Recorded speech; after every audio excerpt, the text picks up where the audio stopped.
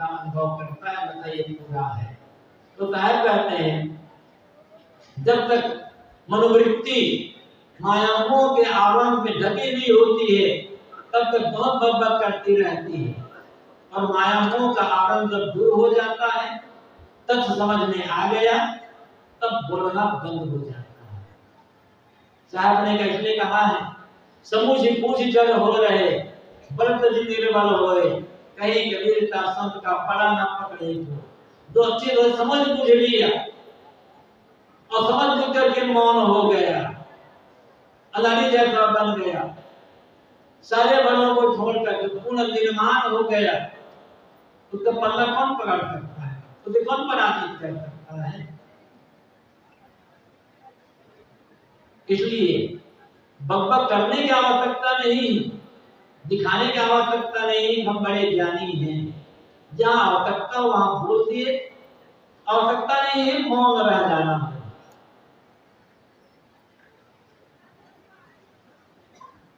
अपने स्वरूप का ज्ञान न होने के कारण सामान्य जीव तो संदेह में पड़े ही हुए ही हैं, बड़े बड़े त्यागी तपस्वी भी भ्रम में पड़े हुए हैं, भटक रहे हैं, और तब तक भटकते रहेंगे जब तक संदेह दूर होकर आत्मज्ञान नहीं होगा। पहले दही जमाएंगे पीछे दुहिए गाय, बछड़ा बाके पेट में माखन हाथ बिठाए। पहले दही जमाओ फिर उसके पश्चात गाय दो। बछड़ा तो गाय के पेट में ही है और मक्खन हाथ में दिख रहा है, पूरी उलट की बात है। दूध पतला होता है, दही गाढ़ा होता है, गाढ़ापन के लाभ होता है। पहले अपनी बुद्धि को स्थिर करें, पहले अपने मन को स्थिर करें।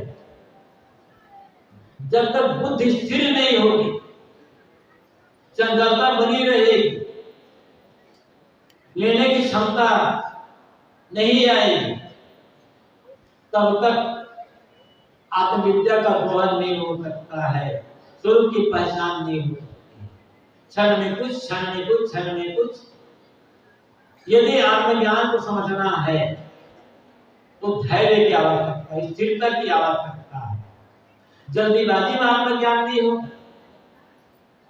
और बातों में जो लोग धैर्य रखते हैं, किंतु साधना क्षेत्र में आत्मज्ञान में आदमी धैर्य नहीं रखता।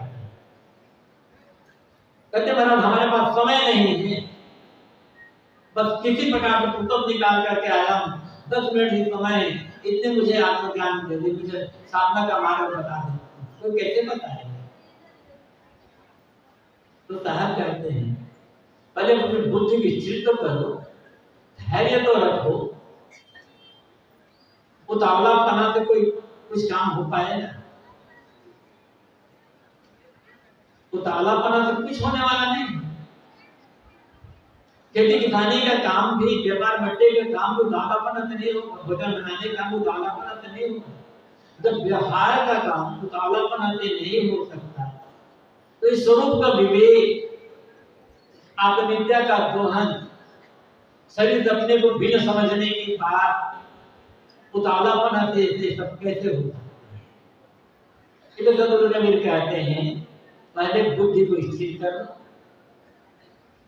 स्थिरता जीवन में लाओ। ये बुद्धि और मन की जो चंचलता है इसे दूर करो। जब बुद्धि और मन की स्थिरता हुई, चंचलता दूर हो गई, धैर्य आ गया, तब धीरे धीरे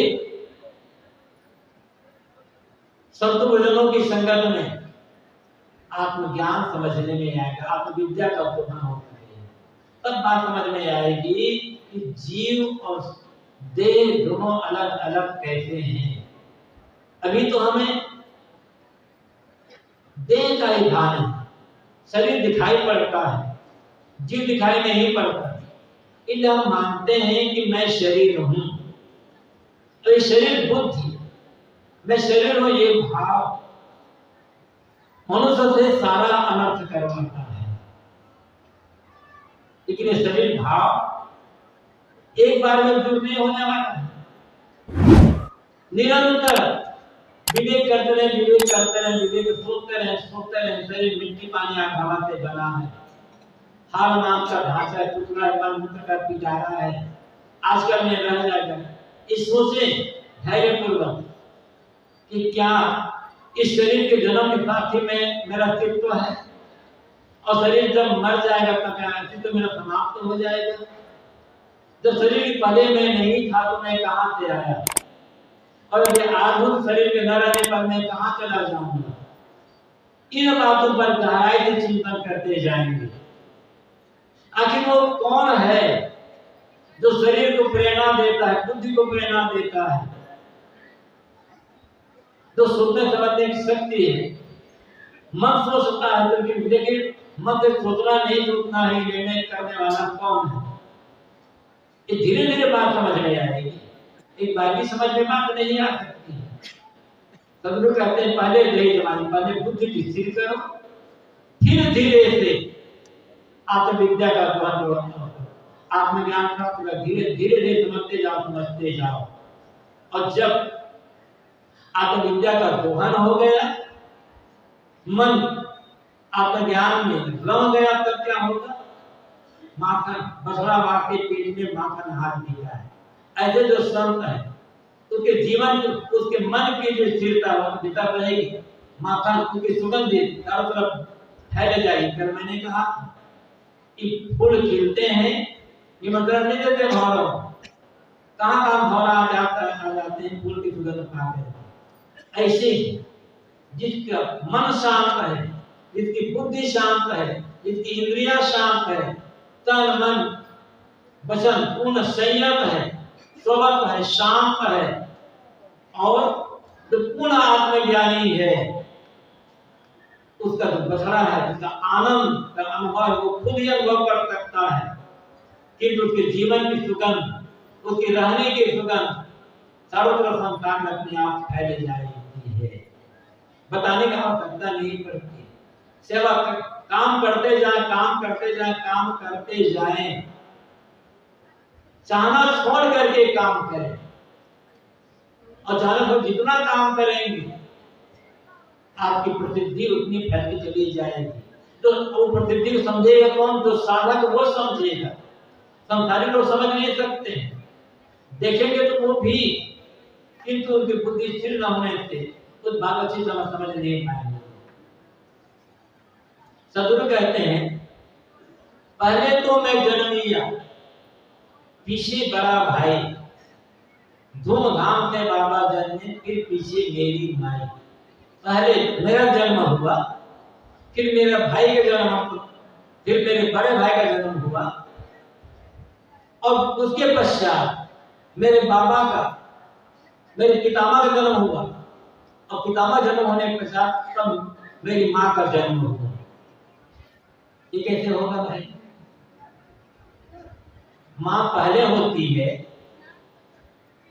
और माँ से पुत्र का जन्म होता है। यहाँ तो कहा जा रहा है पहले मेरा जन्म हुआ, फिर मेरे बड़े भाई का, फिर मेरे पिता के पिता का जन्म हुआ, तब मेरी माँ का जन्म हुआ। बिल्कुल उटपुटांग बात है सारी बात। मैं का अर्थ है मुमुक्षा, मोक्ष की इच्छा, कल्याण की इच्छा। किसी किसी सुख के जीव में मुमुक्षा होती है। पहले तो जिज्ञासा होती है जानने की, जब चेतन को अनात्मा को मोक्ष को जानने की इच्छा होती है। जब जान लिए, वास्तविकता का बोध हो गया, फिर मुमुक्षा पैदा होती, कल्याण की इच्छा किसी किसी को। यदि कल्याण की इच्छा बनी रही, नहीं मुझे कल्याण करना है, मुझे बंधनों का त्याग करना है, मुक्ति प्राप्त करना है, ये भाव बराबर बना रहा, इस भाव का त्याग नहीं हुआ, हर समय ये भाव मन में गूंज रहा है, तब क्या होगा? बड़ा भाई विवेक पैदा होगा। विवेक क्या है?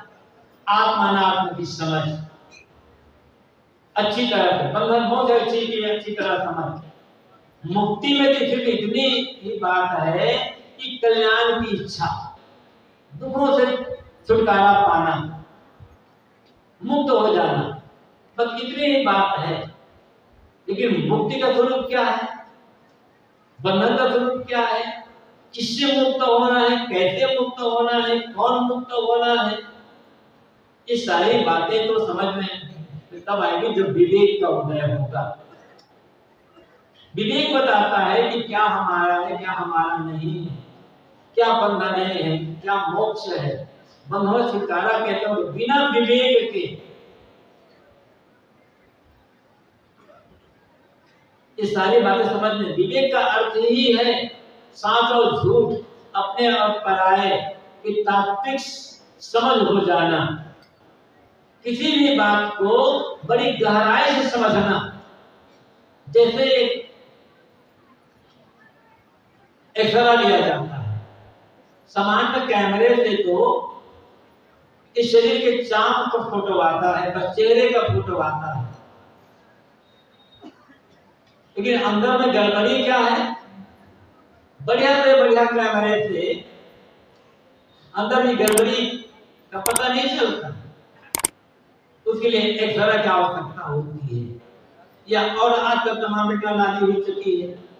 विवेक एक तरह की दृष्टि, विवेक बाहर का फोटो नहीं देखता, बाहर की बातों में रुकता नहीं, वो गहराई से समझता है। विवेक का मतलब है किसी भी बात का एकदम पोस्टमार्टम करते चले जाना।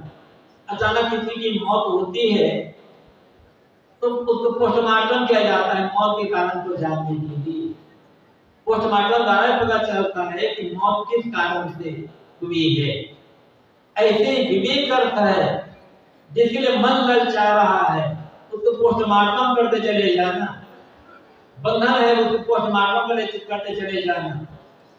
और जब अच्छी तरह से समझ में बात आ गई, आत्म और अनात्म की पूरी समझ हो गई, तब बाबा पूर्ण आत्मज्ञान का जन्म होता है। विवेक से ही आत्मबोध होगा, विचार का आत्मबोध नहीं होगा, विवेक से आत्मबोध होता है। मैंने कहा कि विवेक अर्थ है गहराई से समझ लेना, किसी बात से एकदम जड़ में जाकर जाना। तो जब पहले मुमुक्षा पैदा हुई, मैं पैदा हुआ, मतलब पहले मुमुक्षा फिर बड़ा भाई विवेक का उदय हुआ। अब विवेक का उदय होने पश्चात बात समझ में आ गई, जब चेतन तात्विक बोध हो गया तब अनात्म का मोह छूट गया और आत्मभाव में मन रम गया। आत्मभाव में मन का रम जाना, अपने आप समझ करके कि मैं जब तत्वों से, शरीर से सबसे पृथक शुद्ध बुद्ध निर्मल चेतन जीव हूं। स्वरूप ज्ञान का उदय होना, ये मतलब पितामह का जन्म हो जाता है। और जब मुमुक्षा तो है ही, विवेक का उदय हो गया है, फिर स्वरूप ज्ञान हो गया। जब इतना हो गया तब सबसे पीछे माँ का जन्म हुआ, मुक्त रूपी माँ का जन्म हुआ। जैसे माँ की गोद में जाकर के बच्चा पूर्ण निर्भय हो जाता है, पूर्ण आश्वस्त हो जाता है कि अब मैं पूर्ण रूप से सुरक्षित हो गया हूँ, ऐसे ही जब मुक्त रूपी माँ का जन्म हो जाता है तो जीव हक का कुछ हो जाता है। लेकिन मुक्ति ऐसे नहीं मिलेगी, उसके लिए मोक्ष चाहिए, मोक्ष की इच्छा। मोक्ष की इच्छा का मतलब विषय इच्छा नहीं। सामान्यता लोगों के मन में किसकी इच्छा होती है, कुछ देखूं, कुछ सुनूं, कुछ भोगूं, कुछ खाऊं, कुछ पीऊं, कुछ घूमूं फिरूं, कुछ लोगों से मिलूं। ये सारी इच्छाएं संसारिक इच्छाएं हैं। और जितने इच्छाओं को हम पूरा करने के लिए लगते हैं उतना हमारा विवेक शुद्ध होता चला जाता है। देखने, सुनने, खाने, पीने, भोगने, मिलने जुलने की इच्छा प्रबल होती गई, विवेक घटता चला गया, आवरण बढ़ता चला गया। फिर कहाँ स्वरूप ज्ञान, कहाँ मुक्ति गति की बात, कहाँ सत्य आनंद प्रसन्नता की बात। समानता लोगों के मन में तो मोक्षा पैदा ही नहीं होती है। कोई सुख जी क्या सुख, जब पूर्व के संस्कार जग जाते हैं, संत मिले, गुरुजन मिले, पूर्व के संस्कार उदित हुए, या संसार के भोगों को भोगते भोगते संसार सारे ऐश्वर्यों से संपन्न होने के बाद भी जब वो सच्चा सुख नहीं मिला, जैसा चाहिए वैसा सुख नहीं मिल पाया, तब लगा संसार में कुछ रखा नहीं है। बड़े बड़े राजा महाराजा जो खूब विषय विलास में डूबे थे, अंत में जब देखे यहाँ कुछ है नहीं, तब संन्यास समाज को क्यों लिए? उपराम होकर के। ऐसे ही कुछ ऐसे दुर्गे जी होते हैं जो बार बार संसारिक विषयों भोगते भोगते भी जब तृप्ति नहीं मिलती, जिस सुख की तलाश में सुख नहीं मिलता, तब उसका त्याग कर देते हैं। फिर तब पैदा होती मोक्षा नहीं, संसार में सुख नहीं है, सुख तो मुक्ति में है। ये मुक्ति की इच्छा होना ये मोक्षा है। लेकिन इतने बड़े काम नहीं चलेगा, फिर तो विवेक करना होगा, क्या मेरा है, क्या पराया है, क्या छूटने वाला है, क्या नहीं छूटने वाला है। दुख और सुख का वास्तविक स्वरूप क्या है, वास्तविक स्वरूप क्या है, आत्मा स्वरूप क्या है, ये विवेक जब पैदा हो जाएगा तब मोक्षा स्थिर हो जाएगा। बिना विवेक पैदा हुए मुमुक्षा स्थिर नहीं रह सकती है। मन भटकता रहेगा, डावाडोल होता रहेगा। जब भोगों की सारता समझ में आ गई, अपाक्रमणीयता समझ में आ गई, दुर्वृत्ता सर्वभूतता समझ में आ गई, ब्रह्मरूपता समझ में आ गई, तब मुमुक्षा स्थिर हो जाती है। फिर वो मुमुक्षा विचलित नहीं होती, फिर मन में आकर्षण नहीं रह जाता किसी का। अब जब विवेक पुष्ट हो गया तो पूर्ण स्वरूप ज्ञान हो गया, आत्मभाव में मन टिक गया, देह भाव का त्याग हो गया, देह भाव का त्याग हुआ, आत्मभाव में मन टिका, मुक्ति रूपी मां का जन्म हो गया और चित्त कृतार्थ हो गया। साहब संकेत में बात बताते हैं, तो इसलिए कहते हैं तुम्हें रोकन वाला कौन मनते जाते हैं, तुम्हें कौन रोक रहा है, तुम्हें कहता है कि नहीं तुम धर्म के पद के पदार्थ के भोगों की इच्छा करो, तुम ही करते हो ना। इनकी इच्छा छोड़कर कल्याण की इच्छा करो, फिर कौन रोक सकता तुम्हें? जो दृढ़ निश्चय कर लिया इसी जीवन मुझे कल्याण करना है, पूरी दुनिया मिलकर मुझे रोक नहीं सकती है। बस दृढ़ निश्चयता की और दिल मोक्षा और विवेक और दया की आवश्यकता है। कोई भी मनुष्य जो मनुष्य शरीर में आया हुआ है, कोई भी मनुष्य कहीं भी रह करके अपना कल्याण का काम कर सकता है। इसलिए किसी को हिम्मत हारने की आवश्यकता नहीं है, बस उठने की, जागने की आवश्यकता है। जो जागा वो पा गया और मानव जीवन पाना उनका सार्थक हो गया। तो संसार में लाकर यहाँ से कर करके अपना भी कर जाता है और दूसरों के लिए आदत स्थापित कर जाता है। कबीर ने रास्ता बताया है, अब उस रास्ते करना हमारा काम। जितना चलेंगे मुक्ति के लिए पहुंचेंगे, जोर से चलेंगे जल्दी पहुंचेंगे, धीरे धीरे चलेंगे धीरे धीरे पहुंचेंगे, पहुंच जाएंगे जल्दी। चलते रहना